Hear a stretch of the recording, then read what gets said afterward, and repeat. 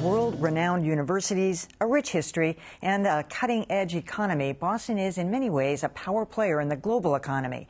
But that success has also exposed the city's weak points. This evening, we look at where Boston falls short. With a higher concentration of tech companies than anywhere in the world, it's boom time in Kendall Square. The construction never stops, and dozens of new restaurants and cafes line the streets. But it wasn't always this way. Our firm has been here for 10 years, so we've actually seen this area change very, very dramatically. More companies mean more jobs. And for David Hayes, owner of the recruiting firm Higher Minds, work has never been busier. Our client base will span everything from the 10-person startup all the way through to major enterprise brands. But Kendall's explosive growth has also created a problem for Hayes' clients. Every one of our clients is faced with the fact that there's not enough people for all of the companies trying to hire them. So what that means is only a select few of them are going to get all the people that they need. For a variety of reasons, Boston has a shortage of skilled tech workers. First, when Hayes tries to recruit talent from out of state, they are receptive until they see the cost of housing. In order to get the same kind of house that they're used to living in, they have to go out to almost the $495 bill. And people don't want to do that. Single-family homes in Boston and Cambridge now sell for an average of $1 million or more. And skyrocketing demand for apartments is pushing younger workers away, too. Rent is getting higher and higher in the areas where people actually have to work. Sometimes it's difficult to even find an apartment because they get taken up really quickly. If I was coming here as a college student, I don't know if I'd be able to handle, the rent or, the cost of living here. Officials in Boston and Cambridge say they are working hard to increase the supply of affordable housing, like the Boston Wharf development now rising in the Seaport District, which includes 50 affordable units. But other issues are more intractable. The second issue is our weather. Compared to warmer climates like California, Boston can be a tough sell. People come here for a visit. It's freezing cold. People are bundled up. It doesn't look appealing, and they decide to stay where it's warmer. Hayes says it can all lead to uncertainty for companies hoping to grow in the Boston area. Companies are having a hard time predicting who they're going to be able to onboard, and it's taking companies much longer to fill really key openings. So it does actually, at the end, it's going to impact businesses' ability to produce. It's an uncertainty that Boston's competitors are happy to exploit. My next guest helped lead the push to bring a more vibrant nightlife to Boston.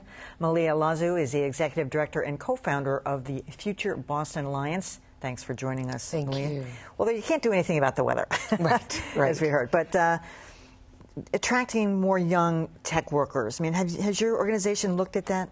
Yes. I mean, obviously, talent retention and attracting talent has been a huge push around Future Boston and our mission. And what we're finding is, I mean, yes, the weather is bad, and this winter might not have been the best one to build off of. But the weather is also bad in New York, which is a place that we're losing people to. So, I think we have to look a little deeper, and we are attracting them. They're coming here to go to school. The question is, why are we losing them? How do we keep them, and how do we seem like a more open, friendly city to certain types of industries and folks? Well, what do you think? I definitely think that enhancing the cultural, the cultural feeling of Boston. I mean, we have so many wonderful cultures here. I mean, you could learn about the world just going from neighborhood to neighborhood.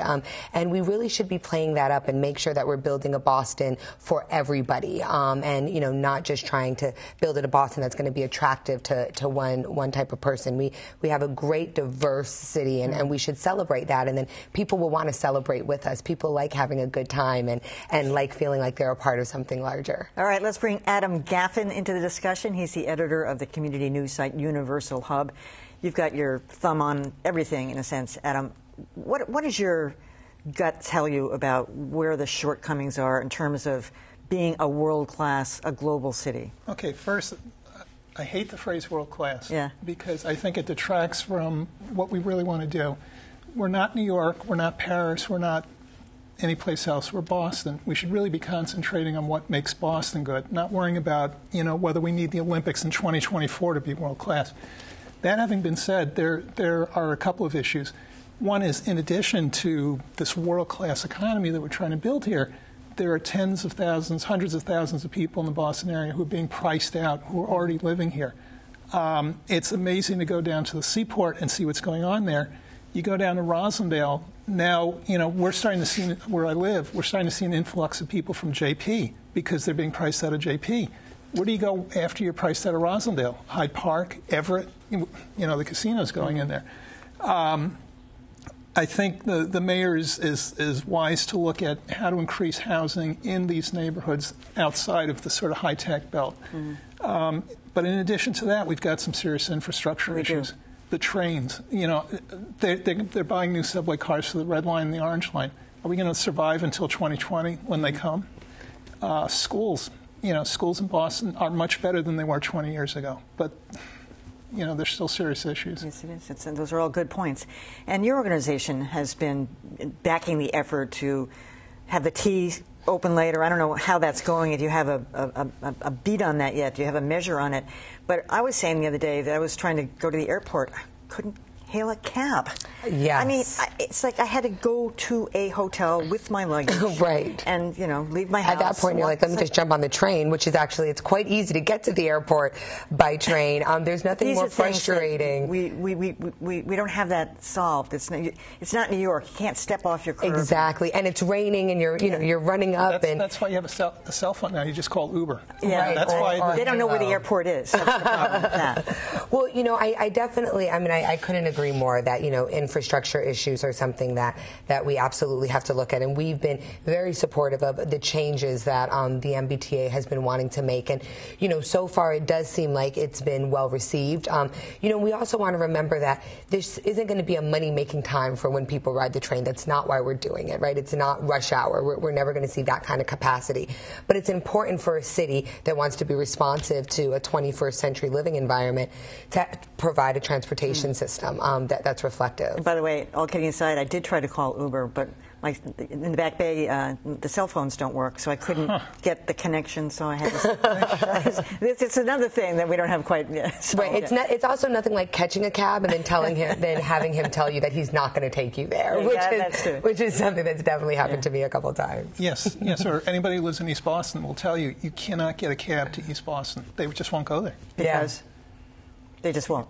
Right, because they don't want to deal with the tolls, or they'll try to take you, through Chelsea or some roundabout way. But you said something, in the beginning about focusing on the positives of what Boston has, and I think it speaks to one of the larger issues that we've always compared ourselves to other cities, New York, San Francisco, not so much Philadelphia, but cities that have a little bit of our flavor, but not quite. But I think in recent years, I think you'd agree that under Mayor Menino, certainly, that there's been and the sports teams have helped, a very positive energy. Yes. Absolutely. This is not Boston in 1957. It's not Boston in 1974. This is a much different, in many ways, a much better city. But I think now when people are comparing ourselves to New York or to other cities, they're doing it to get something. Mm-hmm. They want the Olympics. Oh, we've got, we're world class. We know what the issues are in Boston. And some of them have been going on for decades. The schools, have, even before busing, there were issues with the schools. We still haven't fixed them. That doesn't really play into whether we're world class or not, except in the sense that if we're graduating people who can't join the world class workforce. New York schools have a problem. And I think that gets at the heart of something that Future Boston really concerns itself with, which is who is involved in the renaissance that we're talking about. Should it be that we're just retaining talent from other states for people who can go to Harvard when our kids can't get into Harvard, right?